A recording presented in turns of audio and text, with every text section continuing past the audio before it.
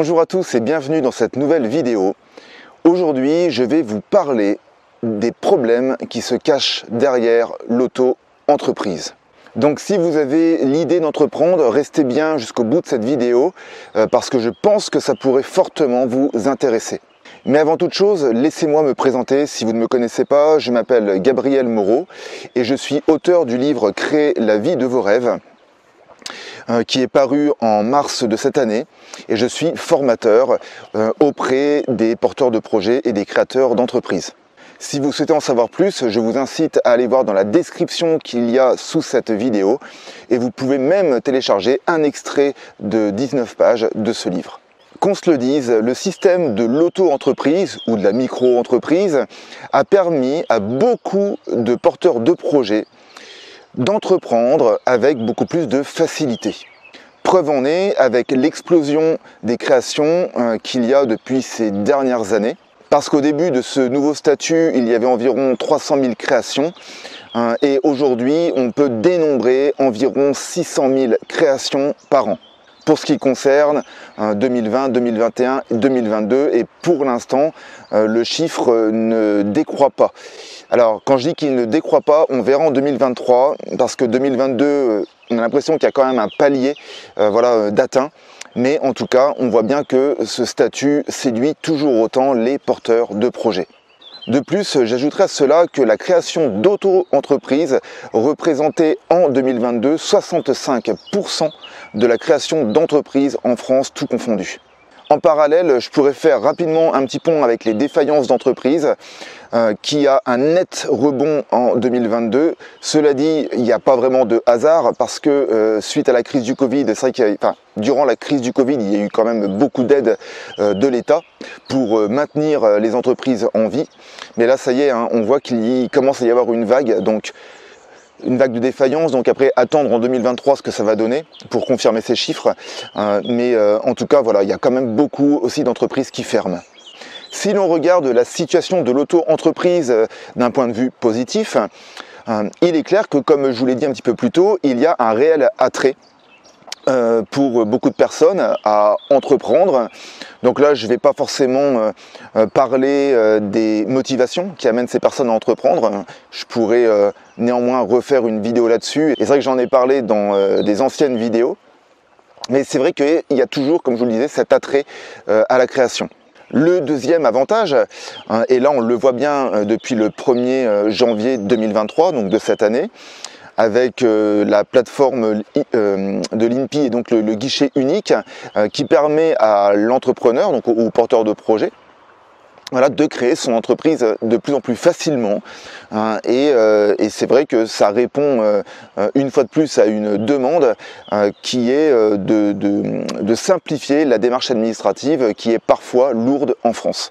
En conclusion, on pourrait se dire que c'est génial parce qu'en France, il y a beaucoup de créateurs et que quelque part, on pourrait aussi en conclure que c'est une source économique d'emploi.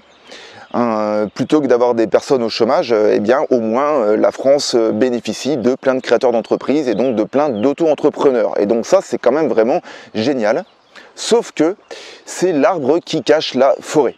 Je m'explique. Pour commencer, savez-vous qu'une auto-entreprise sur deux déclare un chiffre d'affaires positif? Et donc quand je parle de chiffre d'affaires positif, je parle des personnes qui se versent au maximum le SMIC. Et donc je dis au maximum parce que bien souvent, les chiffres d'affaires déclarés n'atteignent même pas le niveau du SMIC. Donc imaginez. Et là je parle d'une auto-entreprise sur deux. Cela veut dire que l'autre moitié des auto-entreprises déclarent un chiffre d'affaires quasi nul. Donc en cela j'émets une hypothèse. Un entrepreneur qui vit confortablement de son activité représente la minorité de toutes les auto-entreprises créées. Je vais vous partager le constat que je tire de ces chiffres. Il est clair que l'entrepreneuriat, c'est un rêve pour beaucoup de personnes. Preuve en est avec le livre que j'ai écrit. Maintenant, beaucoup d'entrepreneurs n'ont pas conscience des enjeux qu'il se cache derrière l'entrepreneuriat. C'est aussi ce que j'explique dans mon livre. Créer la vie de ses rêves, créer une entreprise demande d'avoir des compétences. Que ce soit en termes de stratégie commerciale, que ce soit en termes de vente, que ce soit en termes de gestion financière, que ce soit en termes d'état d'esprit. Et là, vous voyez, je ne parle même pas de la compétence qui produit le cœur de votre métier.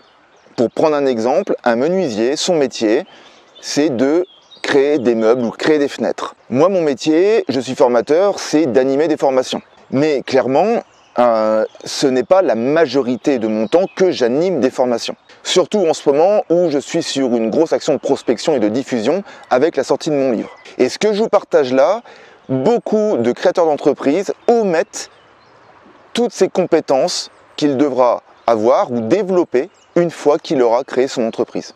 Le truc, c'est que pour de nombreux entrepreneurs, et ça je le vois parce que j'évolue dans ce métier depuis des années, beaucoup ne voient pas la nécessité de se former. Ça c'est clair, on peut en général, les chiffres tournent autour de 10 à 20% voilà, de personnes qui ont conscience qu'il faut qu'ils se forment et qui se forment du coup, qui passent à l'action. Donc c'est pour vous dire que ce n'est pas énorme. Donc ça c'est le premier point. Le deuxième point, je le rappelle et ça je l'en parle souvent dans mes vidéos, moi je dis que nous sommes dans une société de l'instantanéité. Et il est clair que l'auto-entreprise et la création de l'auto-entreprise, et preuve en est avec encore ce guichet unique, amène ça. Ça veut dire que on est là à faciliter l'accès à la création d'entreprise. Donc ça c'est clair, c'est instantané, ça va super vite, tu vas sur un site, boum, hop, t'inscris ton entreprise, ça y est, t'es entrepreneur. Mais en fait derrière, l'aventure elle commence. Et si tu n'as pas de clients, en fait ça ne fonctionne pas. Donc il est clair que c'est toujours cette notion que l'instantanéité n'a pas forcément derrière la vertu de tout voir en fait pousser. Parce que on omet en fait avec cette notion d'instantanéité l'effort qu'il y aura derrière et peut-être le temps qu'il va falloir prendre avant de voir des résultats. Et ça c'est pour moi déjà un des problèmes.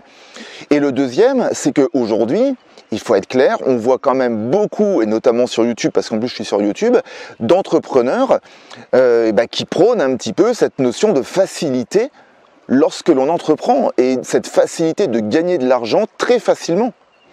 Donc après, peut-être que c'est possible, je ne sais pas, parce que autour de moi, j'ai fait des séminaires dans la création d'entreprise, je peux vous dire que je vois beaucoup plus d'entrepreneurs qui galèrent à mettre des systèmes en place, plutôt que des entrepreneurs pour qui, en tout cas, tout roule très rapidement et qui gagnent des milliers d'euros très rapidement. Alors je ne dis pas que je ne connais pas des entrepreneurs qui gagnent des milliers d'euros, parce que j'en connais, mais le constat, c'est que pour toutes ces personnes-là, c'est des personnes qui ont cravaché et qui ont travaillé des heures et qui sont montées en compétences, qui se sont formées pour arriver à ces résultats-là. Donc vous voyez, donc en fait, moi je pense que derrière le rêve, il y a cette notion d'effort que beaucoup en fait, omettent. Et c'est encore une fois plus ce que j'explique dans mon livre. Et d'ailleurs, je serais même curieux de savoir combien de personnes vont mettre en application ce que j'écris dans le livre, parce que c'est un guide pratique. Et une fois de plus, même quand c'est un guide pratique, il faut prendre du temps pour pratiquer et mettre en application des exercices. Et aujourd'hui, il n'y a pas beaucoup de personnes qui prennent du temps pour pouvoir mettre en application des exercices. Néanmoins, sans passer par cette étape-là, il est dur de se créer une vie de rêve et il est dur de voir une entreprise fleurir, sauf peut-être dans certains cas, là je pense notamment au domaine du bâtiment, où c'est sûr que là c'est encore des domaines d'activité, ou peut-être la santé aussi pour un médecin, où là c'est des domaines d'activité où le téléphone sonne encore tout seul, donc vous n'avez pas forcément trop besoin de faire un effort de prospection, mais c'est pas la majorité. Et donc dans la majorité des cas, même comme dans mon métier de formateur, il faut se bouger pour pouvoir trouver des clients. et ça tombe pas tout cuit. Donc voilà, donc c'est pour ça que je voulais faire cette vidéo, et donc en conclusion de bien vous rappeler que derrière ce rêve, et derrière cette magie de l'auto-entreprise, et derrière le fait de voir qu'il y a des milliers de créations d'auto-entreprises en France, eh bien il n'y en a pas beaucoup qui en vivent bien, et quand je dis bien, qui se sortent un salaire honorable. Donc vous allez peut-être vous dire que moi je vends en fait mon domaine de formation, c'est pas faux quelque part, mais bon après de la formation je suis pas le seul formateur, hein, il y a plein de structures qui forment, mais vraiment le message que j'ai envie de vous transmettre dans cette vidéo, c'est formez-vous, montez en compétences et ne foncez pas tête baissée à créer votre entreprise en vous disant que tout va fonctionner du jour au lendemain, comme ça en un claquement de doigts. Quoi qu'il en soit, je vous rappelle que toute évolution provient d'une action. Et j'ai envie de vous souhaiter une agréable semaine. On se retrouve bientôt. Prenez soin de vous. Ciao.